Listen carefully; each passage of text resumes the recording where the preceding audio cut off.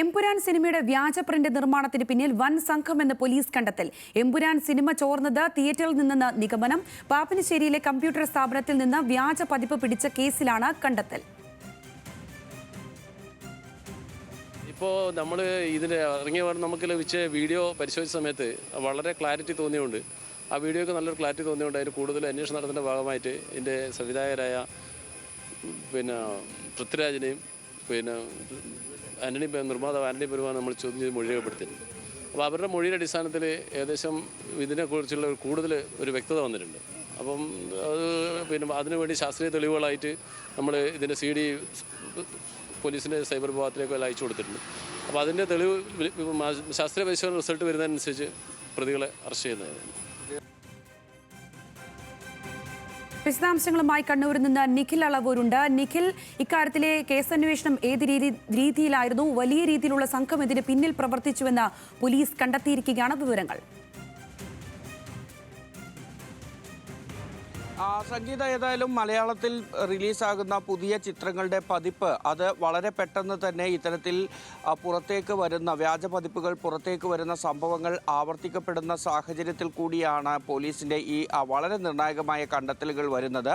തിയേറ്ററുകൾ കേന്ദ്രീകരിച്ച് പ്രവർത്തിക്കുന്ന ഒരു സംഘം തന്നെയാണ് ഇത്തരത്തിൽ വ്യാജ പതിപ്പുകൾ പുറത്തുവിടുന്നത് എന്ന സംശയം ബലപ്പെടുത്തുന്ന കണ്ടെത്തലുകളാണ് എമ്പുരാൻ്റെ വ്യാജ പതിപ്പ് കണ്ണൂർ പാപ്പിനിശ്ശേരിയിൽ നിന്ന് പിടിച്ചെടുത്തതുമായി ബന്ധപ്പെട്ട അന്വേഷണത്തിൽ ഇപ്പോൾ പോലീസ് എത്തുന്നത്.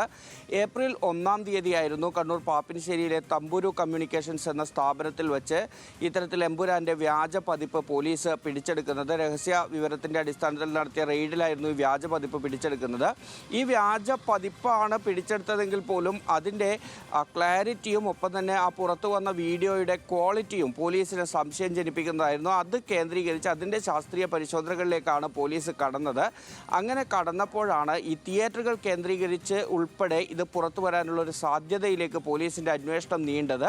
ഇതിൻ്റെ ഭാഗമായാണ് കഴിഞ്ഞ ദിവസം ഈ ചിത്രത്തിൻ്റെ സംവിധായകൻ പൃഥ്വിരാജിൽ നിന്നും ഒപ്പം തന്നെ നിർമ്മാതാവ് ആന്റണി പെരുമ്പാവൂരിൽ നിന്നും വളപട്ടണം പോലീസ് കൊച്ചിയിലെത്തി മൊഴി രേഖപ്പെടുത്തിയത്.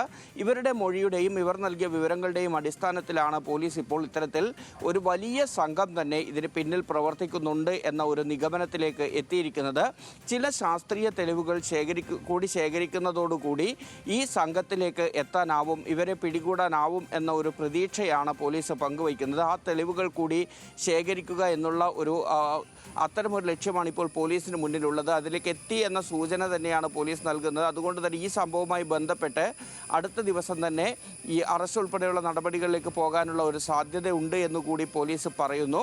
ഈ തിയേറ്ററുകൾ കേന്ദ്രീകരിച്ച് ഇത്തരത്തിൽ ഈ വ്യാജ പതിപ്പുകൾ നിർമ്മിക്കപ്പെടുന്നു എന്നുള്ളത് തന്നെയാണ് മനസ്സിലാക്കുന്നത്. ഈ പാപ്പിനിശ്ശേരിയിൽ നിന്ന് പിടികൂടിയ വ്യാജ പതിപ്പ് അത് ഒരു സൈറ്റിൽ നിന്ന് ഡൗൺലോഡ് ചെയ്തെടുത്തതാണ്. പക്ഷേ ഒരു വ്യാജ പതിപ്പിനും അപ്പുറത്തേക്കുള്ള ക്വാളിറ്റി ആ വീഡിയോയ്ക്ക് ഉണ്ടായിരുന്നു എന്നുള്ളതാണ് പോലീസ് ഇതിൽ കൂടുതൽ അന്വേഷണം നടത്തുന്നതിലേക്ക് കാര്യങ്ങൾ എത്തിച്ചത്.